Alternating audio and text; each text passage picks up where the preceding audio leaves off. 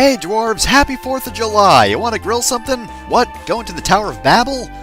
Oh, fine if you insist. So here's the Tower of Babel. What should I talk about first, the enemies or the area itself? Well, we'll see if the enemies come up soon, 'cause they'll come up eventually. And, oh boy! Right from the start we get 2 flame hounds! Oh, just what I wanted to see! Yeah, remember flame hounds? When one of these guys was a pain in the ass? You must be thinking, oh, well, it's been a few dungeons since we've seen them, and hey, now we have a black mage, so clearly, these guys are going to be easy now, right? No, wrong. Flamehounds are still awful. Flamehounds will still kill the shit out of everyone. However, they're also especially harmful to Rydia. You know why? Because Rydia's got fuck all in terms of HP. Less so even than Rosa. So, yeah. She's not gonna have a good time if they use their, big attack Scorch. No one's gonna have a good time if they do that, which is why I actually berserked them. Do remember, I mentioned Berserk in the previous episode, that will raise their attack power, meaning they're still dangerous. That being said, they can't party wipe me, so, you know what? I want to say fine, but I'm not fine. In fact, this is gonna be a little problematic, because Young's gonna be petrified if I don't do this quickly enough. But if they aim... Well, actually, no. If they aim for Rydia, then Cecil will protect her, so... Actually, we're not too bad off right now. You know, I don't actually rewatch these, so, I'm just as disappointed in that as I'm sure past me was when that happened. I was probably not too happy with that. Nor was I probably all that happy with any fight in this tower. Tower of Babel kinda sucks in terms of enemies. Well, actually it's not that bad. Back there we also had the Black Lizard, which, if I remember correctly, we actually fought in the previous episode. But, nonetheless, the Flame Lizards especially are the absolute worst. I'm just running through my notes real quick to see if there is anything as bad as the Flame Hound. I mean, there's the Goblin Captain. Those guys aren't threatening. I forget if Chimera's difficult in this game. I don't think White Moose is too bad. You tend to be back and forth with me, kind of powerful. I don't even remember seeing you. Oh, that one can be potentially lethal. And then I go to bosses. So yeah, actually it's mostly just the fact that you can find multiple flame hounds here. That is actually the worst thing. Ooh, Rydia gets a level up, which is good because she needs one. Ooh, we got Kiraga, cool. Alright, so if I'm really desperate, I can dual cast that with a bit of Kira, you know. Or if I'm really, really in trouble, I can double cast Kiraga, but honestly, I don't think we can get a wound so bad that we'll need that. So basically, it'll pretty much be there if somebody dies before Rosa moves, then I can do a raise Kiraga on him. Alright, so, Tower of Babel. Remember the Tower of Zot earlier and how I mentioned that it shared a tile set with another dungeon? Yeah, this was that dungeon. Tower of Babel in the original SNES version looked very similar to Tower of Zot. Of course, in this game, they do differentiate them, which I appreciate. In this version, Tower of Zot's still got a sort of mechanical feel, but it's like an old-style mechanical, you know, it's got gears, everything looks a little bit, I don't want to say dull, because that sounds negative. And I do mean it in a positive manner. I do think it looks like a good dungeon, but, yeah, it's, I guess, rustic might be the best term for that. Whereas Tower of Babel looks way more advanced. Sorry, they have very similar names, both being towers. You might have also noticed this tower on the overworld. It's been a while since I actually, you know, did that overworld sweep. Oh, great, Icebrand. Who do I have the pleasure of fighting? Oh, Security Eye. Alright, so, This guy's deal is that on his own, he's not too bad, other than the fact that he can shoot lasers at you as, I believe, a counter. Well, that's what I have notes for, so let's see, where did I put this guy? So he's got Alarm, which is basically just an enemy summon ability. And he's going to summon a Stone Golem. Stone Golems have 8,720... Oh, yep, see, counter, laser. That's a painful laser if it does that much damage to Cecil. So yeah, that's what I'm talking about. Basically, whenever there's an enemy summoned, it will counter with laser. Otherwise, it will just wait until it uses Alarm and is otherwise useless. And that is very not good, to be honest, but it's okay, I've got this in control. Cecil's still good. Didn't paralyze that guy, but whatever. Anyway, Stone Golem, 8,721 HP, 34 strength, and 73 defense. No special abilities, and he doesn't have any weaknesses, but I believe Earth... Thank you, confusion. But I believe that he absorbs Earth-type attacks. So now that he's confused, he'll eventually attack himself and snap out of it. So, while he does that, I'm gonna heal myself up, because Yong's, you know, kind of in desperate need for it. Might as well Libra this guy. I mean, while he's here and hasn't either killed himself or put himself in a position where I'll need to kill him. Of course, I'm fairly certain that Stone Golems are also very slow, because, I mean, they're golems. What? Oh, I guess he was already unconfused. Whoops. Anyway, when have you ever seen a fast golem? It is quite rare, and to be kind of honest, terrifying. I don't care what the golem's made of, if it can fucking book it after me, it's probably terrifying. Because on their own, golems, usually pretty tough. Oof. And not too damaging, though. Not nearly as bad as I thought he'd be. I mean, I know Cecil is the defensive one, but still, I got lasered earlier and it hurt, so why couldn't that golem do the same? Why did that stone golem not fire a laser at me? So anyway, the Ice Brand is great. You should equip that right now, even if it does lower your attack. Do remember, Ice Brand, meaning it is, therefore, effective against the worst enemies in the dungeon. So yeah, Security Eye can summon a few different enemies, including one that I don't think I've actually seen before. It can also summon, actually, Chimeras and Nagas, and, of course, everybody's favorite enemy, the Flame Hound. So hopefully that doesn't happen. Though in fairness, it is a little bit easier to control a single Flame Hound at this point. More than one is where it starts getting tricky. Okay, these guys are, let's see here. Where are they? There we go, White Moose. 1012 HP, 32 strength, 999 defense. So, guess what? You are going to have to kill them with magic. And oddly enough, despite their coloring, they're actually weak to ice. It is kind of weird, but I guess that's the indication of, hey, they're color-coded to what you have to hit them with. Though, I don't know, my first inclination would be they're colored by whatever they're strong against. And thus you must do the opposite. Also, I really wish that plan would not punch Rosa in the face. It would be nice, because she doesn't have a lot of HP. Oh well, better than... I was about to say, better than them attacking Rydia, and then one of them attacked Rydia. That's, not good at all, actually. Pretty bad, if you ask me. But, you probably didn't ask me, did you? So this is another this is actually a reason why dual cast on Rydia is not a bad idea. I mean, I definitely would prefer to give it to Rosa, and as I believe I've mentioned, the guide told me to put it on Rosa, so I listened to it. Because, I mean, the guide knows better than I do, but still, dual cast isn't bad on Rydia just because you can double up on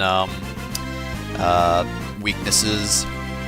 Of course, in order to really utilize Rydia well, you'd have to... Ooh, Mini. That's, thankfully not used as, it was in Final Fantasy III, where you had to use it in order to progress into dungeons, and it was always the worst thing. But anyway, yeah, in order to properly utilize Rydia, you would kind of want to use up 2 command slots, just because Fast Talker does wonders for Rydia. Because if you think she's casting slowly now, she'd be casting really slowly if I didn't have that on her. I mean, I know it's been quite a while since we've seen any other black mages, but try to remember when we had Tella, like, 5 parts ago, and he just took a while to use magic.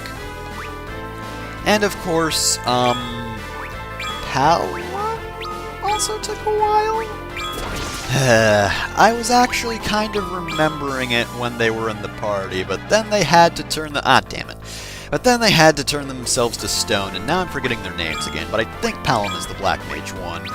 Even though, I'm pretty sure I mentioned this, but Palom sounds like the girl's name, and Porom sounds like the boy's name, but I'm pretty sure it's the opposite way around. Oh well, whatever. Very nice, thank you, Prey. Yeah, that always kind of lags the game, I think that's an emulator thing. Though in fairness, normally emulator lag doesn't come through on AVI files, but nope, it does here. Ah well. And we took him down without too much of an issue at all. That also means we don't really get much in terms of money and experience, though, so maybe you might actually want to let him summon some enemies, you know? That being said, we have the Ice Lance, meaning Kane's actually kind of useful now. Like I said last time, Kane's not really my favorite character. He doesn't really stand out to me. So other than being voiced by Liam O'Brien, there's really nothing too huge about Kane. That and, of course, he is big ol' backstabbing child killer, but we're past that.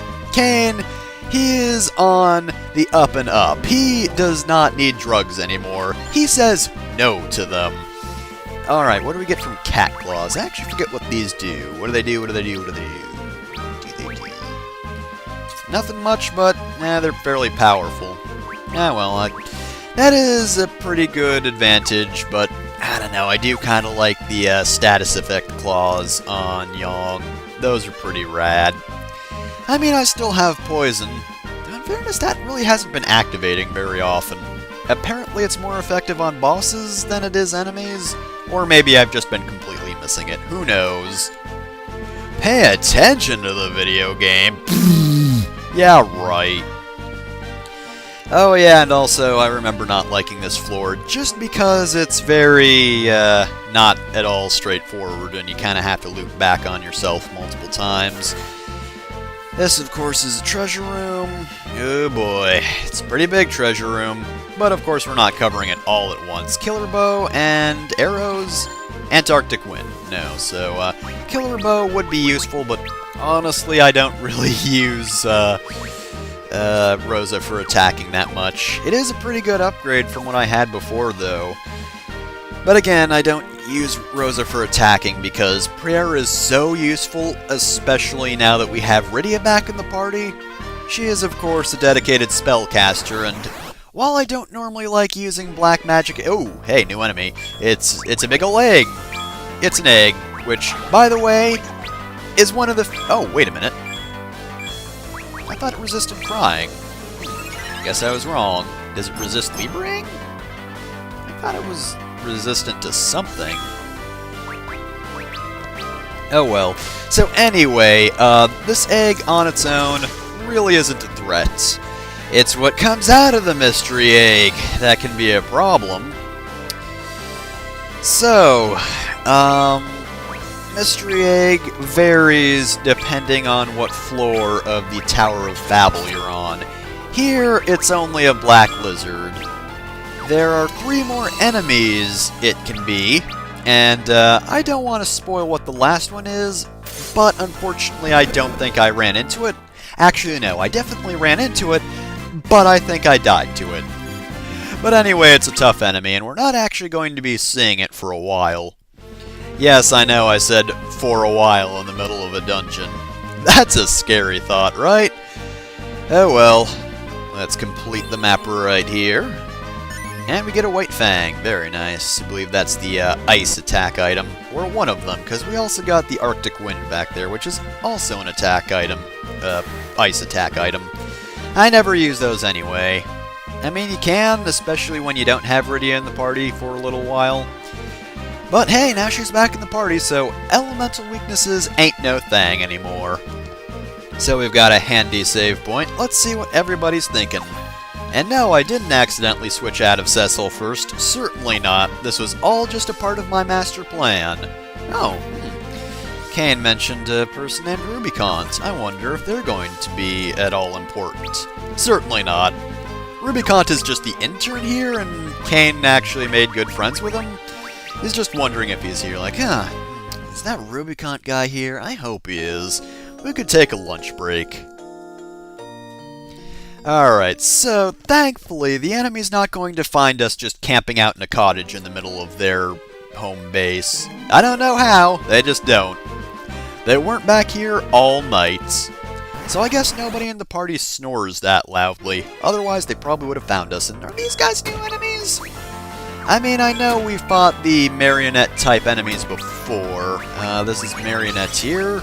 I don't know, I feel like we've had an enemy with 804 HP, 25 strength, 53 defense, and the ability to summon more puppets before, but I could be wrong. Evil Doll has 1,319 HP, 31 strength, and 62 defense, and no special abilities, or any sort of weakness. So, if I have actually fought these guys before, whoops, sorry, forgot. In fairness, these aren't the most... Actually, wait, these guys have special abilities. Damn it! My notes lied to me again.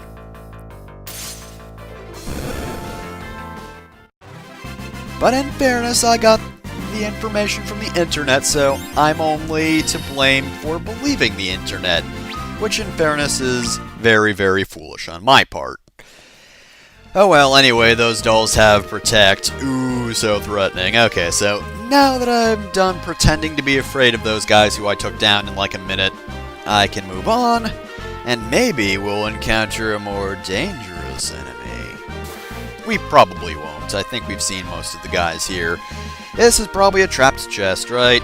Yep, enemy ambush, but we get ice armor, which is resistant to fire, actually. And another one of these security eyes. You gonna do anything interesting or not? The answer is not, because I just realized I neglected to mention that alarm is actually a counter to being attacked, so Yang focusing 3 times and punching that eye in the face is kinda fatal. So, yeah, easy battle. You know, I just wanted to show off what it could do the first time, but now, yeah, we're not really gonna give that dude the time of day. Right, so I'm gonna guess another enemy ambush, right? Oh, Ice Shield, and let me guess. We're gonna fight Nye again. Indeed! See you in a moment. And there he goes. So yeah, very easy fight. Just cry at that eye, then have Yang punch it. And you're good to go, and you don't have to fight a thing. And hey, you can use it to heal up as well, so not a bad fight, actually. Right, so I almost forgot to equip that, but there we go, have Spire. And I should equip this as well. Of course, Cecil gets all the good armor because, you know, I like him better than Kane. So, are we actually approaching the end of the dungeon? I mean, I know floor-wise, we're on basement 10, but don't worry, we're not gonna be... Oh, wait, we're not gonna be climbing the whole thing, but I just remembered, I think we are in a bunch of short sections before the end. I think that's what's gonna happen. Just a whole lot of short sections, and then, hey, we'll be at our destination. And, ooh, new party. In fact, I think these guys are actually really common enemies overall. So, let's see. Oh, wait a second. I think I know what happened here. I don't think I actually have these guys in my notes because, we're now officially in the upper floors. It's really hard to tell where we actually are in the tower, and what the wiki considers to be the upper and lower floors, but we might be at the upper and lower floors. Then again, these guys are very easy enemies anyway. And I forget if you've already seen these guys, or we're going to see them a lot later. And this is probably going to be very damaging. Haha, nope, not at all. For a moment I thought they were pretty damaging early on, but no, I was wrong.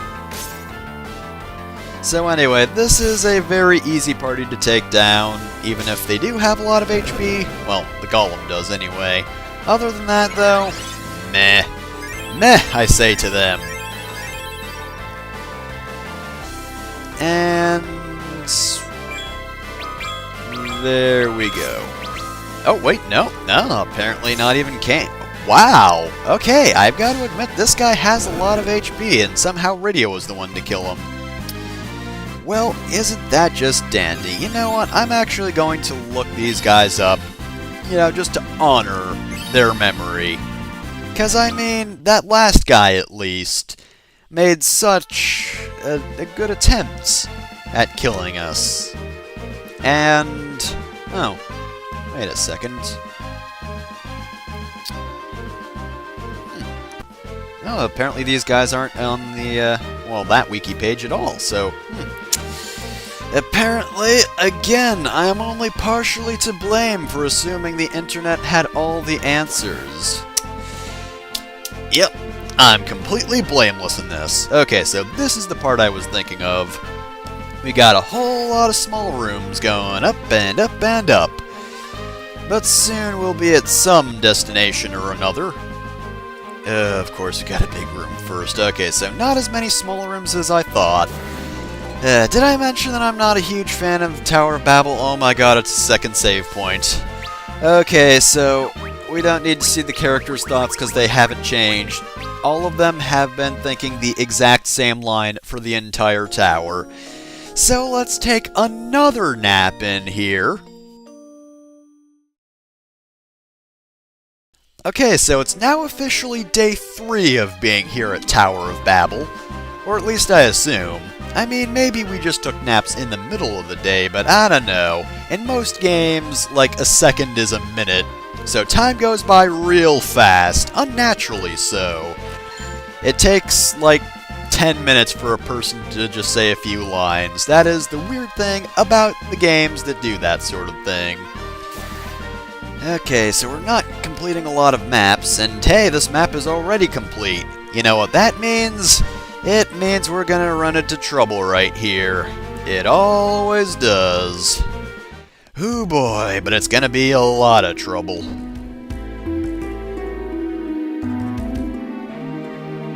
And I mean, if there are no more ninjas, we got nothing to worry about. Anyway, I'm going out for tacos. See you later.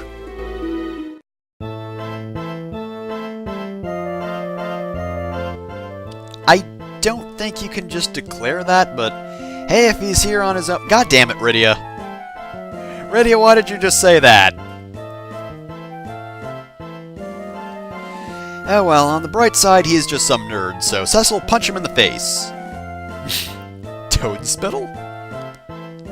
So you seriously haven't noticed us in here even though we've been here for 3 days?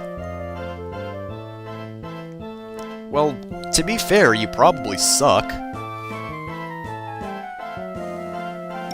You're the strategist? Yeah, come on, try it, buddy. Yeah, what are you gonna do? Oh no, his beautiful boy! No!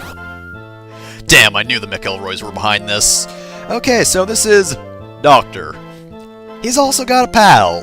That weirdo Frankenstein's, or I guess Lugae's monster. Actually, I think you'll find it's Lugae's monster. Okay, in all seriousness though, it's named Barnabas. So, the Doctor himself has 5,872 HP. His other stats don't really matter. All he's really going to do is heal Barnabas with his Restore ability. Barnabas, on the other hand, has 9,664 HP, 47 strength, and 101 defense. Of course, he's weak to electricity, because I guess he's a robot. And he has one more ability, but I won't spoil that one just yet. You could probably guess what it is if it has to be spoiled. And he starts out by attacking Lugae. But he's incompetent. Oh, on you, Barnabas! Do I have to? You have to stop calling me a strong boy, alright? Alright, buddy? Alright, pal? Look, I just want to go to bed and sleep for a while, and then after that I want to do teenager things, okay? You just don't understand me, Dad! Okay, so anyway, we're gonna want to kill Barnabas first. Well, I do. You might not want to, because this is kind of similar to the Calcabrina fights. Because we might be seeing a different boss here that's kind of optional. Also, I just realized, according to my notes, his ability self-destruct, which I thought he used no matter what, will actually, he will actually use it, rather, if Lugae dies. So we want to take out Lugae first. Actually, I'm pretty sure self-destruct still happens no matter what, for a, certain reason. I do very well remember what happened in this fight, and I am not amused. But nonetheless, this is actually, well, this itself is not a tricky battle. However, I'm not very fond of this boss overall, so, yeah. I didn't want to redo it, even though I really should have, but it's kind of bullshit. Either way, though, as I was saying, he won't use self-destruct just yet if you kill him first rather than Lugae, so focus on Barnabas first, and he doesn't have too much HP, like how— oh, he's dead. Okay, so the battle's over, right? Well, when Lugae gets his next turn, and hopefully he gets a music change as well. I'm sorry, but this is not fitting for a boss. Oh yeah, by the way, you might notice I am buffing up right now. It's not going to help too much with the hard part of the fight, but we are moving on to another phase. If you kill Barnabas first, and you don't kill Lugae immediately afterwards, he is going to take control of Barnabas. And he is now officially Barnabas Z. 9,036 HP, 50 strength, 121 defense, and the same theme. Yeah, I do kind of wish it switched to the standard boss theme, but whatever. Oh yeah, I think he also loses his weakness to electricity now that he's controlling it, so, that's not good. You'd think the robot body would, you know, give him the weakness.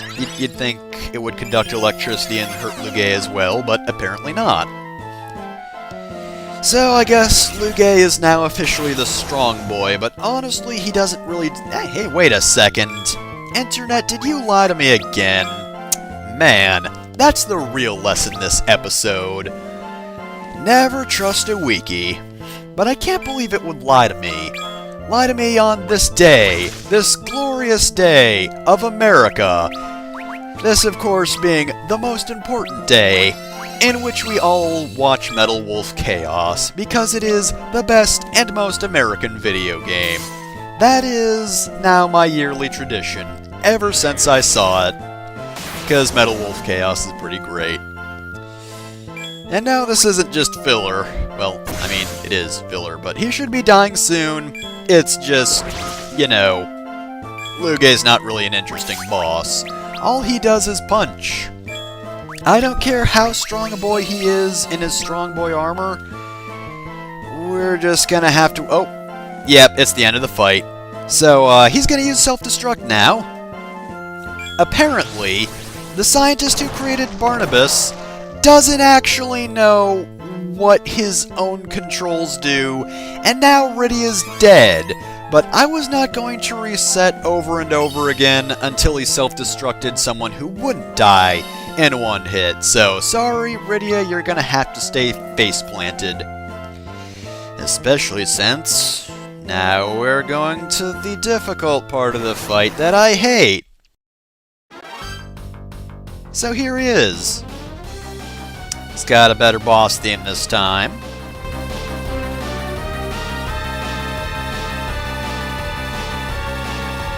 I mean, you're not that much of a looker already, but I don't know, I wouldn't call it the face of fear. Okay, you're ugly.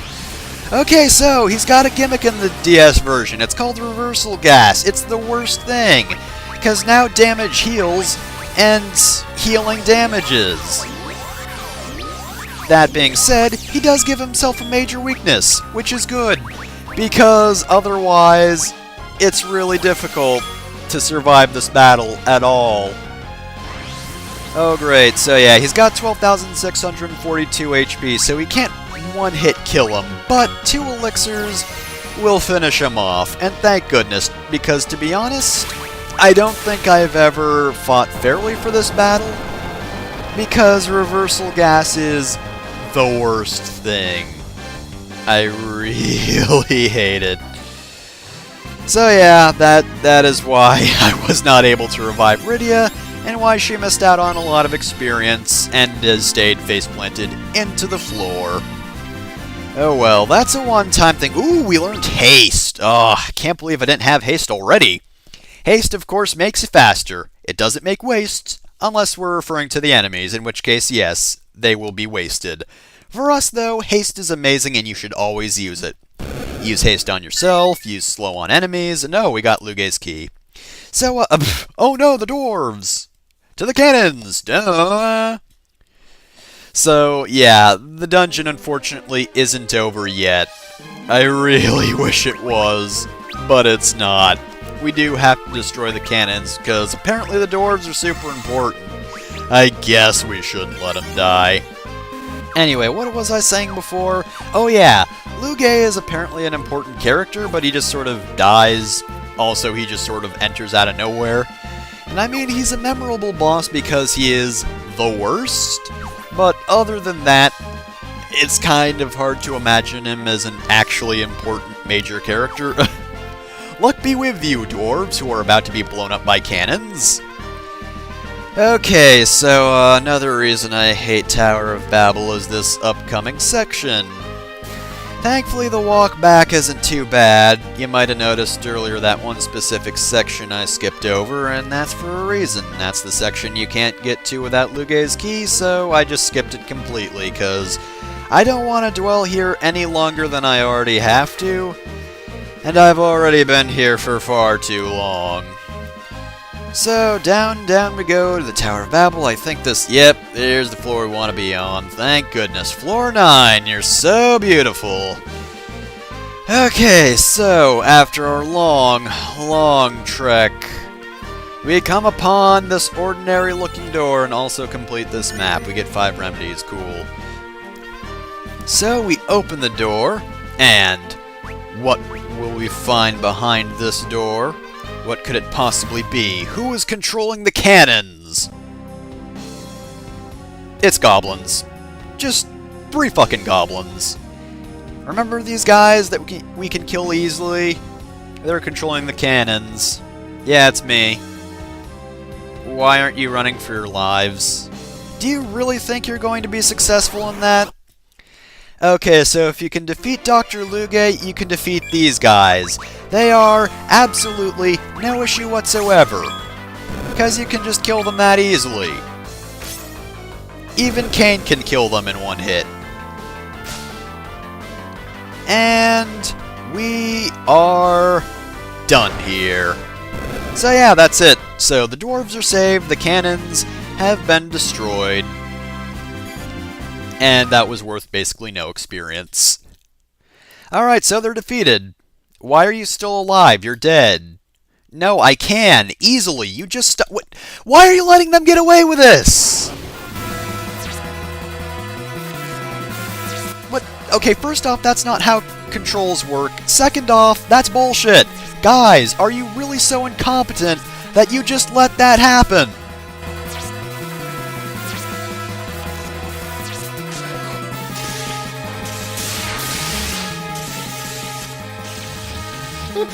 dangerous. Young, I will take care of things in here. The rest of you, get out.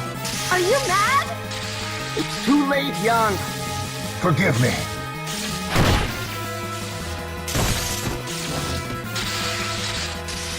Young!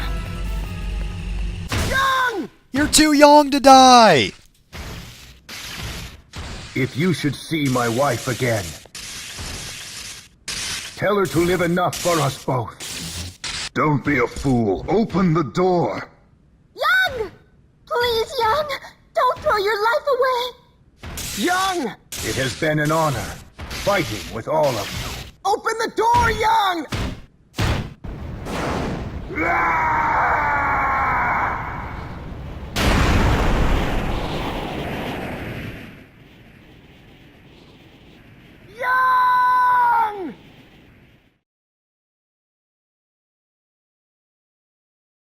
And so, we lose one of our best fighters to possibly the dumbest plot twist point. They're fucking goblins. They don't deserve to be a plot point. They're just random-ass enemies, but oh, they destroyed the cannon control, so now Young has to sacrifice himself. Yeah, that's kind of dumb, but now Young's gone. So not only does it suck because Yang was one of my favorite characters in the game, if not my absolute favorite, we just lost our powerhouse, and now we have to return to the entrance of the Tower of Babel without him. So yeah, you can still be attacked by flamehounds and it's the worst thing, but you can't just teleport out of here for reasons. There are specific reasons, and they're reasons I hate, but nonetheless, they don't let you teleport out because... you'll see why in a bit, but yeah, gotta walk back to the entrance. It would have also been nice if that wasn't his final line. His voice actor was pretty good overall, but that last Ga was a little bit, not good. He could have had a better parting line, is all I'm saying. Thankfully, it doesn't take too long to get back to the entrance, and oh, guess what? Cutscene. Hey, Cecil, it's me, Golbez. I'm God now. Okay, you can just say the line the normal way. You don't have to be all fancy about it. Oh no, the bridge is collapsing. Now let's run.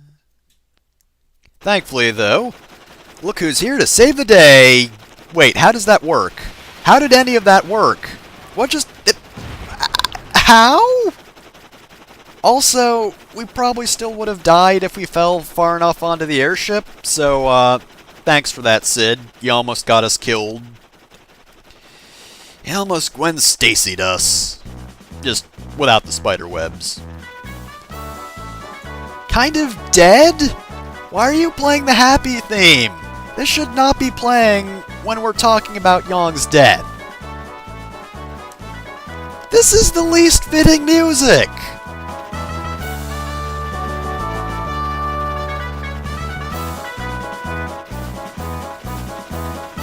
Oh yeah, you didn't meet Rydia. She was your replacement for a while.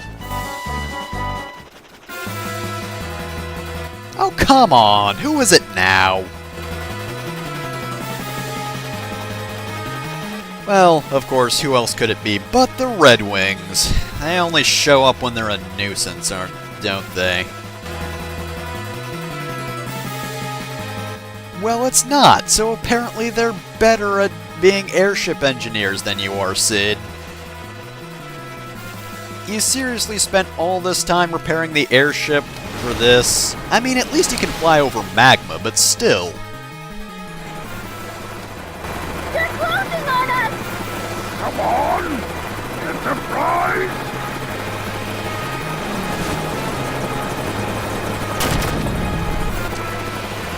The engines can't take this! Oh no! A single propeller was shot! Anything but that! What are you doing? Once you reach the surface, I'll seal off that hole for good! Oh, come on! Oh, not you too! I was hoping I'd get to see your kid someday. But well, someone's got to keep young company. And I really want to blow myself You up! Get yourselves back to Battle. Talk to my boys there. But Sid, You'll die! and so young, too.